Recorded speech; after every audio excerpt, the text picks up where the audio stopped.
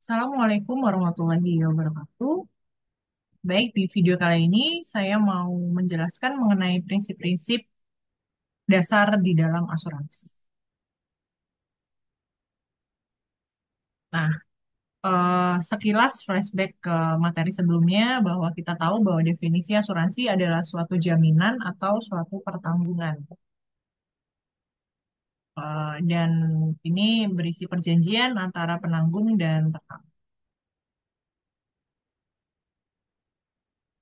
Nah, prinsip asuransi sendiri itu akan selalu ada ya pada eh, resiko, kemudian manajemen resiko dan di dalam asuransi sendiri. Jadi ketiga hal ini pasti ada prinsip dasar yang menaungi gitu. Kira-kira apa saja sih prinsip-prinsipnya gitu kan.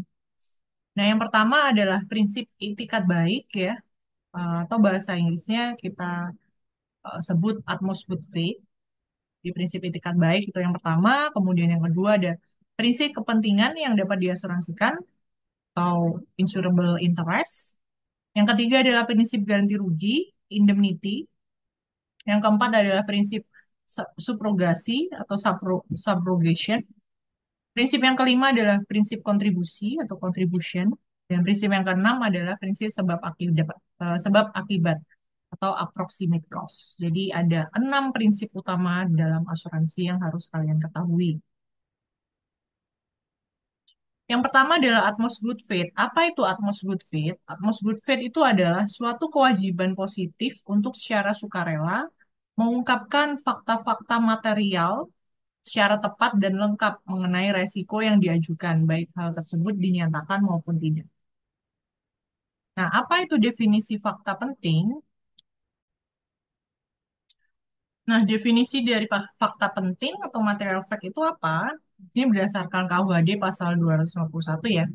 Semua pemberitahuan yang keliru atau tidak benar, atau semua penyembunyian keadaan yang diketahui telah tertanggung, meskipun dilakukan dengan itikat baik, yang sifatnya sedemikian, sehingga perjanjian itu tidak akan diadakan, atau perjanjiannya tidak sah. Jadi kalau ada sesuatu yang disembunyikan dari keadaan atau barang yang diasuransikan, maka polis itu tidak akan berlaku. Jadi kalau mengajukan klaim, tidak akan diproses pengajuan klaim. Dan pertanggungannya itu akan dianggap batal. Jadi definisi dari utmost good faith itu adalah pihak tertanggung atau nasabah berkewajiban memberitahukan sejelas-jelasnya dan seteliti mungkin mengenai segala fakta penting yang berkaitan dengan objek yang diasuransikan. Prinsip ini juga berlaku untuk perusahaan asuransi, di mana perusahaan asuransi juga harus menjelaskan resiko-resiko yang dijamin maupun yang dikecualikan. Jadi ini semuanya harus jelas dan harus terbuka segala persyaratan dan kondisi pertanggungan secara jelas serta teliti. Jadi bukan hanya nasabah saja yang harus uh, memberitahukan sejelas-jelas dan seteliti mungkin, namun pihak asuransi juga harus menjelaskan resiko yang ditanggung maupun yang tidak ditanggung itu apa saja.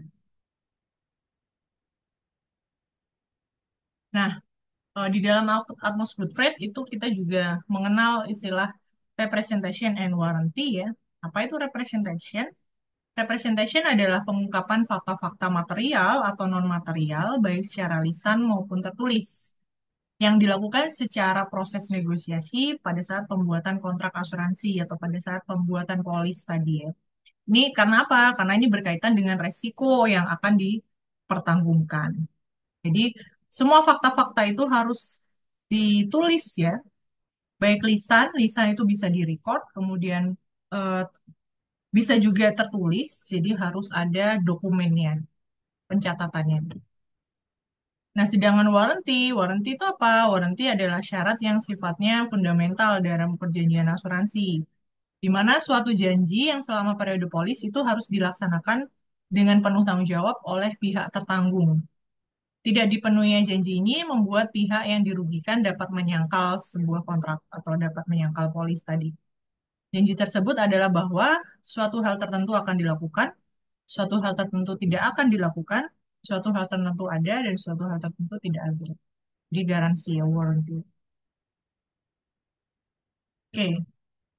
Nah, Setelah Atmos Good Faith tadi, Atmos Good Faith, kemudian yang kedua adalah insurable interest. Insurable interest ini apa itu insurable interest? Insurable interest adalah hak untuk mempertanggungan sesuatu yang timbul dari adanya hubungan atau kepentingan keuangan yang secara sah diakui oleh hukum antara tertanggung dan objek pertanggungan.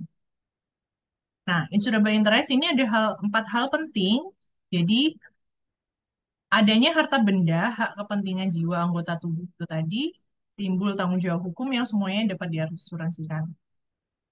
Kemudian adanya harta benda, hak kepentingan jiwa anggota tubuh harus merupakan objek pertanggungan. Objek pertanggungan itu adalah barangnya ya, barang yang akan diasuransikan.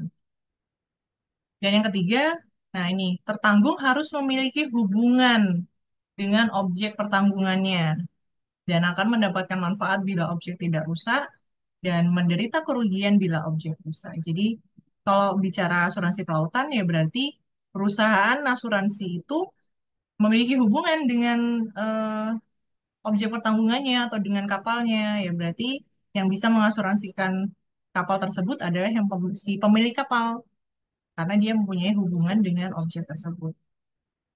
Dan hubungan itu berlaku sah secara hukum. Jadi ada bukti kepemilikan, bukti dan sebagainya. Kalau misalkan kendaraan ya, berarti bukti kepemilikannya bisa dari PPKB. Kalau kapal juga nanti akan ada sertifikat bukti kepemilikan kapal dan sebagainya. Itu yang dimaksud dengan insurable enterprise. Nah, yang ketiga adalah indemnity. Apa itu indemnity? Indemnity adalah kompensasi keuntungan atau finansial yang eksak, cukup untuk menempatkan tertanggung pada posisi keuangan setelah kerugian yang sama dengan posisi keuangan yang dinikmatinya sesaat sebelum kerugian atau terjadi kerugian. Jadi, indemnity ini akan menjamin eh, nilai kerugian yang kalian dapatkan atau yang tertanggung dapatkan itu nanti nilainya akan maksimal sama.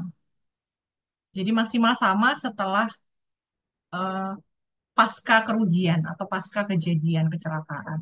Jadi indemnity ini eh, apa namanya menjamin atau mengcover apa yang akan didapatkan oleh tertanggung itu tidak lebih besar dari jumlah eh, dari nilai pertanggungannya. Itu prinsip indemnity di dalam asuransi.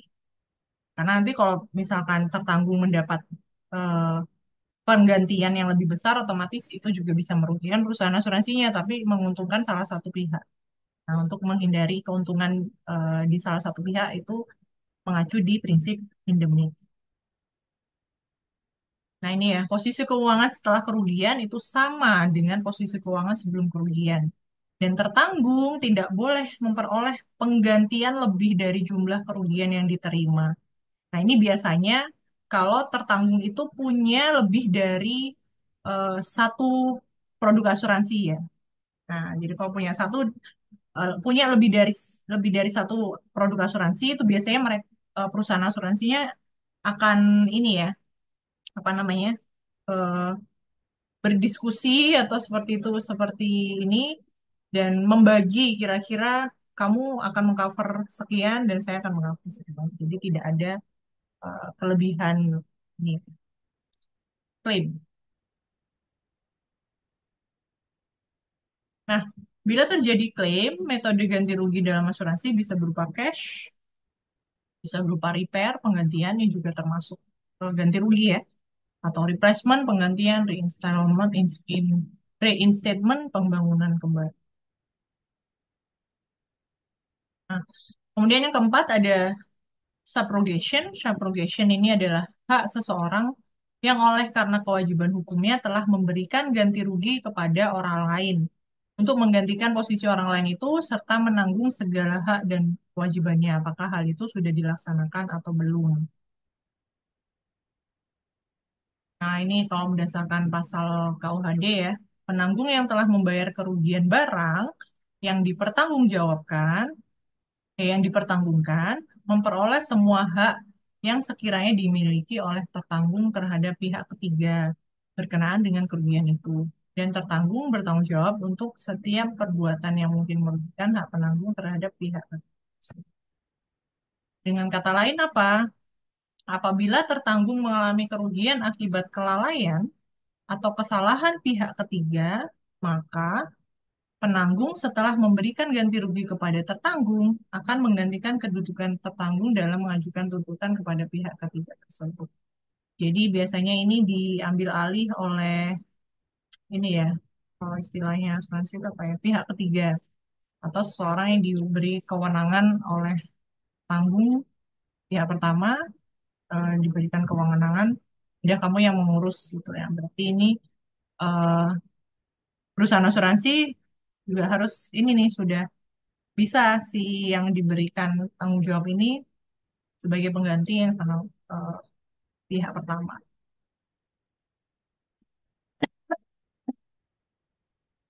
Nah, mengapa prinsip subrogasi ini harus ada?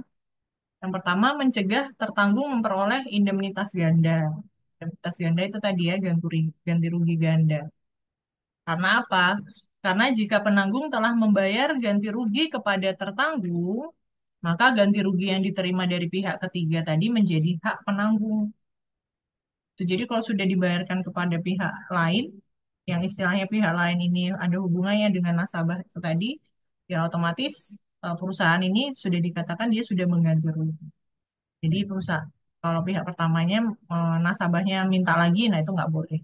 Karena nanti eh, akan ada indikasi mendapatkan indemnitas ganda. Jika sebelumnya tertanggung telah menerima ganti rugi dari pihak ketiga, maka penanggung berhak untuk menyesuaikan jumlah ganti rugi yang akan diberikan dengan pembayaran dari pihak ketiga tersebut. Nah, jadi misalkan perusahaan asuransi, nasabah sudah minta ganti rugi ke pihak ketiga nih. Pihak ketiga misalkan ada tabrakan gitu ya.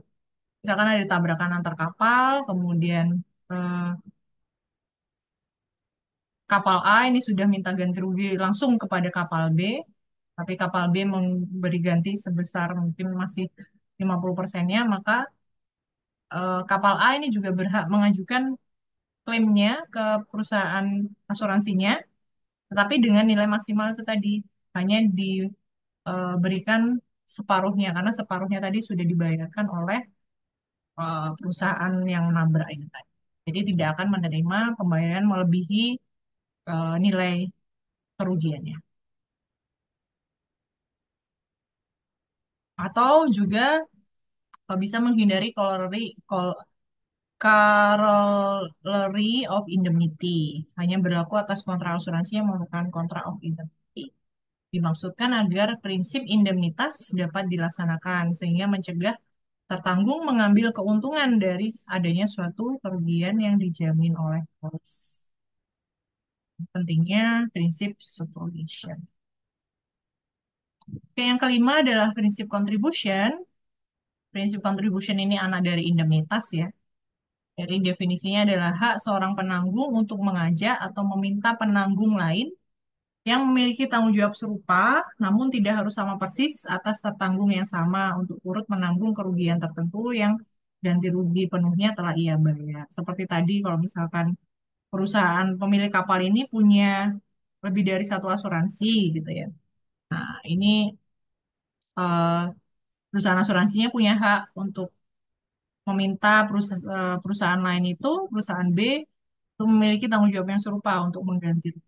Jadi ada proses negosiasi di situ.